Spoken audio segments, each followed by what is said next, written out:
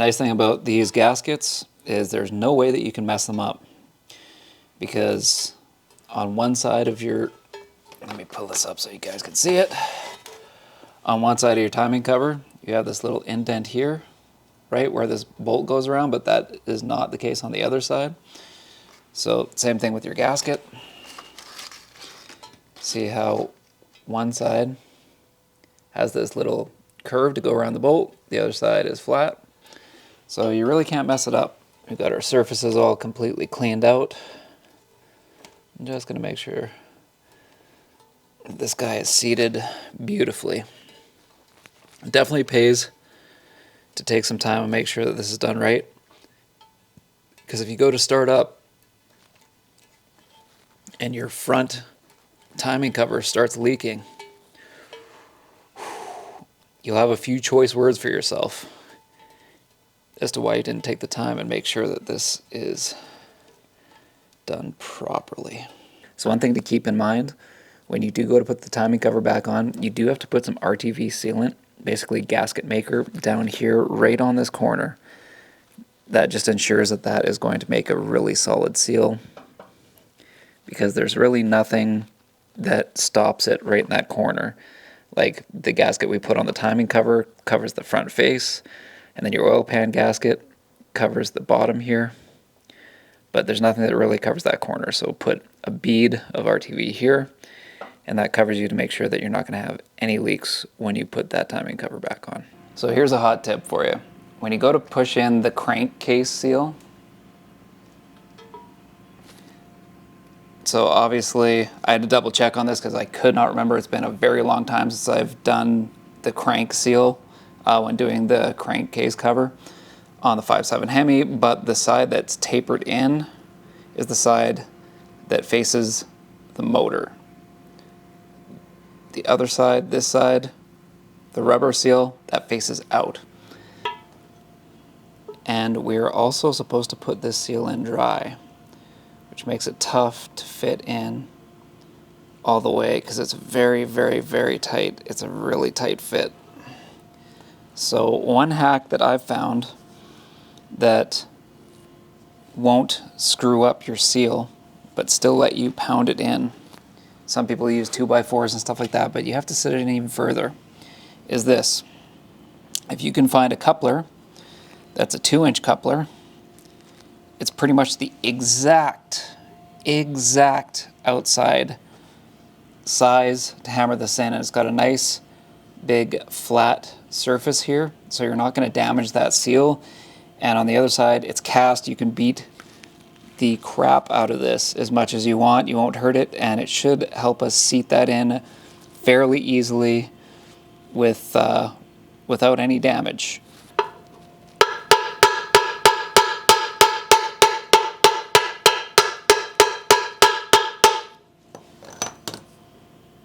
Very nice. Clean engine cover.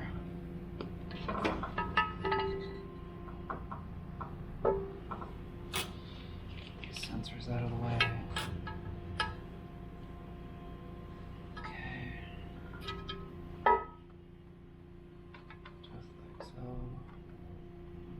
Okay.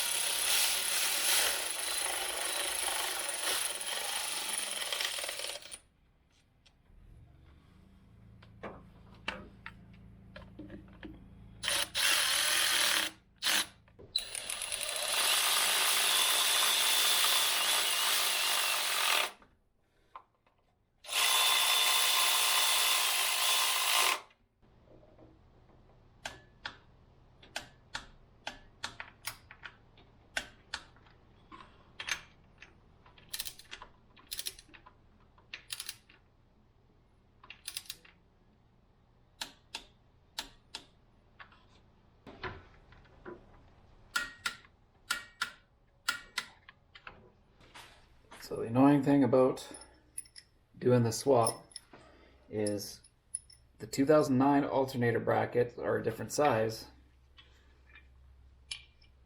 So this section here on the bottom, you need longer bolts to go all the way through and actually thread into the block. The 2009 style are not long enough because this section here is actually shorter.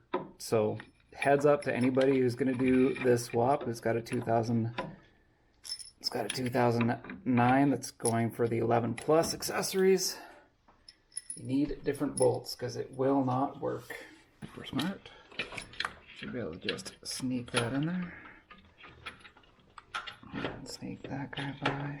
Just like that. Hell yeah.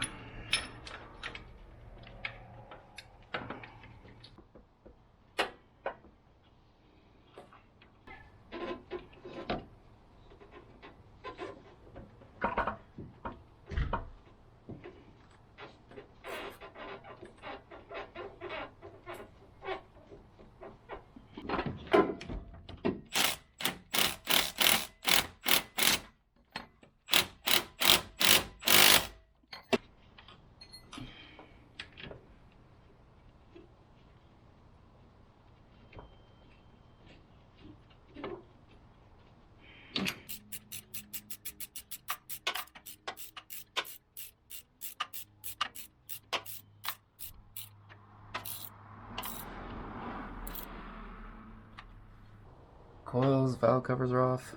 Let's get her gear up here to get ready to put these new ones on. These new ones are going to be sweet. These are the super cool aluminum valve covers that were included in the MMX adapter kit. Super good looking, really cool pattern. Probably going to be difficult to clean, but clean, they look amazing. So on each one of these valve cover gaskets, there is a hole pre-drilled. Now one of these is going to be for this breather, which is great. It'll relieve some of that crankcase pressure. Got this little O-ring. This guy go like this. That side, push it this way, probably a little easier. Okay, so that guy goes like that.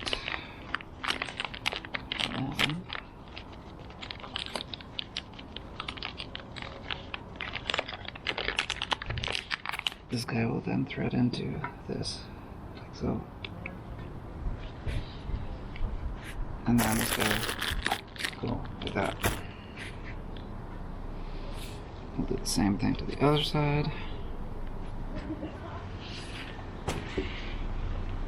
Will be this one.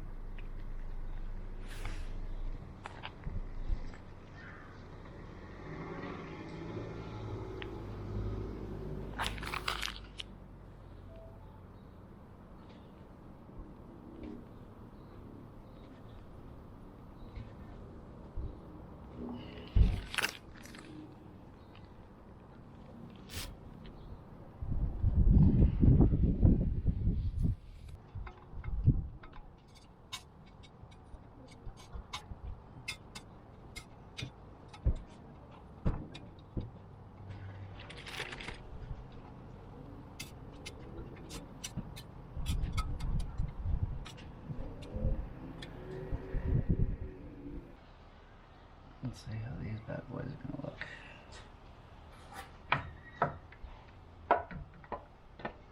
Pretty sharp, man.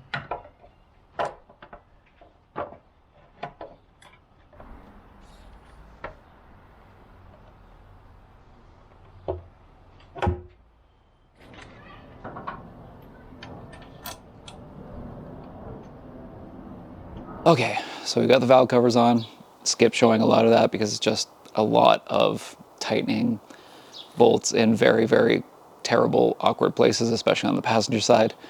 So therein, we're just going to torque them to spec, swap out the spark plugs, and then put the coils on.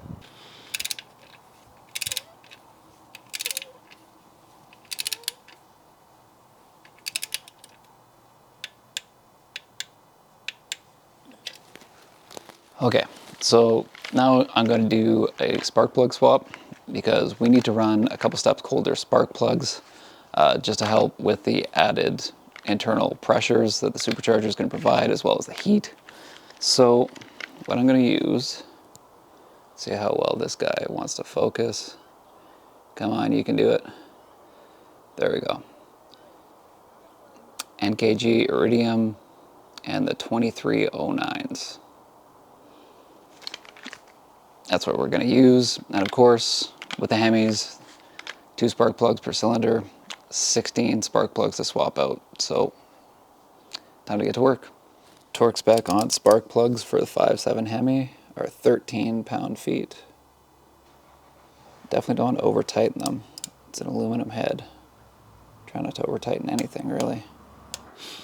Throw this guy back in just so that it's there. We'll assemble this as we go. Actually, before I do that, why don't we clean that up? Because honestly, that looks a little bit dirty and grimy.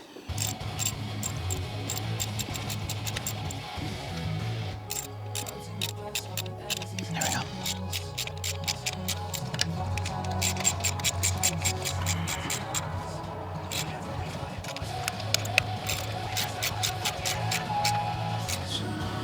Just a hair away from that, but we're pretty much there, man.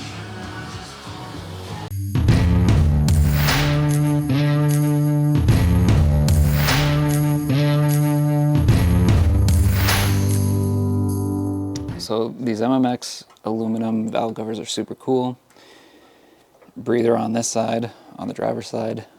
The one downside is both of the valve covers were drilled on the same side, which you would think is not a big deal. You want most of your stuff at the front of the engine, but the problem is the Hemis have opposite cylinder heads, right? So the bolt pattern means that we put the breather at the front of the engine on the driver's side.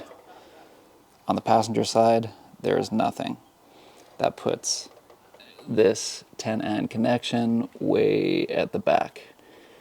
And that's a problem because we want to put a catch can on this side, and the catch can is going to mount here on the front. So that means we're going to have to run a hose all the way to the back to be able to fit that. For example, here's our catch can from our good buddies at Crash and Burn, and you can see the hose is not even close to reaching all the way back where I would have to. So to remedy this, I ended up picking up this 90-degree adapter from Evil Energy. Basically, that guy is going to screw on back there, and that's going to turn this 90 degrees. We will have to get a hose extension for the catch can, but then it at least points us in the right direction so that we can run that hose up here to the front where the catch can is going to be, and that's our little workaround. Still, though, a little bit strange that they didn't try to drill the hole in the front here or off the front here, like somewhere where that catch can could easily mount to. And that's my only knock against these MMX aluminum valve covers. Super cool design. They just really needed to think about where their hole placement was on these so that we could mount our breather somewhere where the breather's accessible. So that's where we're going to fill the oil. That's good. But we also need to think about where we're going to mount the catch can.